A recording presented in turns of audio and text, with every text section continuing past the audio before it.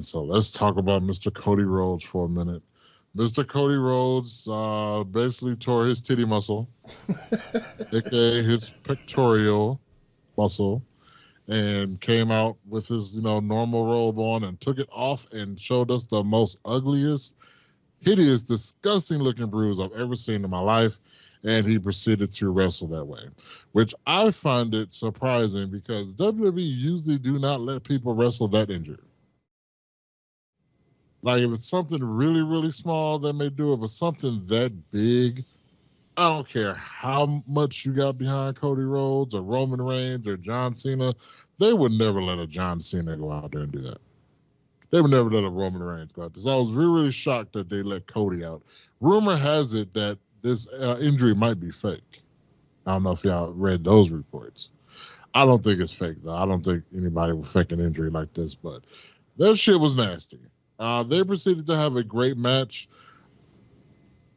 I know one of my colleagues said that this is going down for a match of the year candidate for him.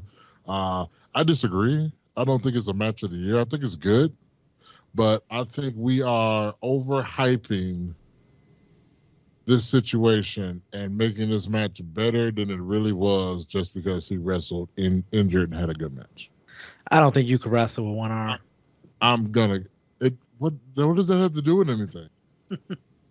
The story behind it is what makes it good for me.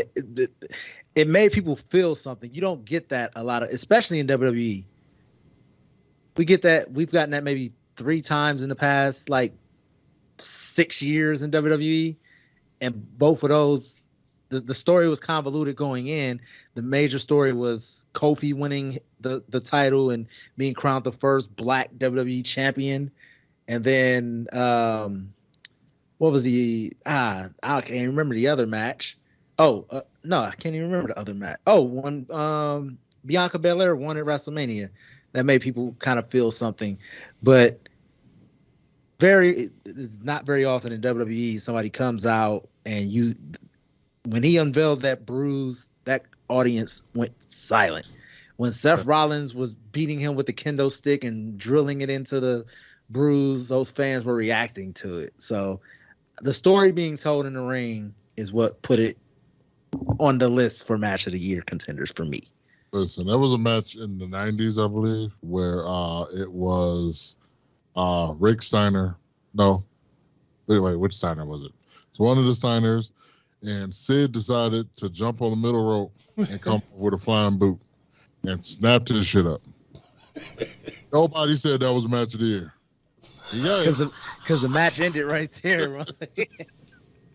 I think everybody's overhyping this match. I'm not trying to take away from it either. Don't get me wrong.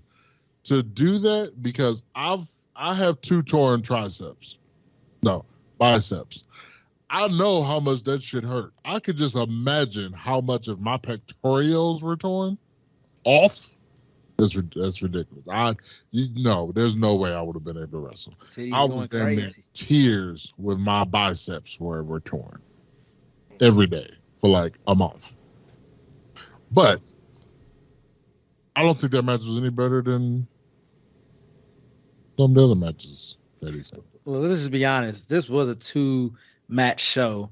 I will give Madcap and Corbin their Yeah, Corbin. Yeah, I'll give them their due. Their match was better than it had any reason to be.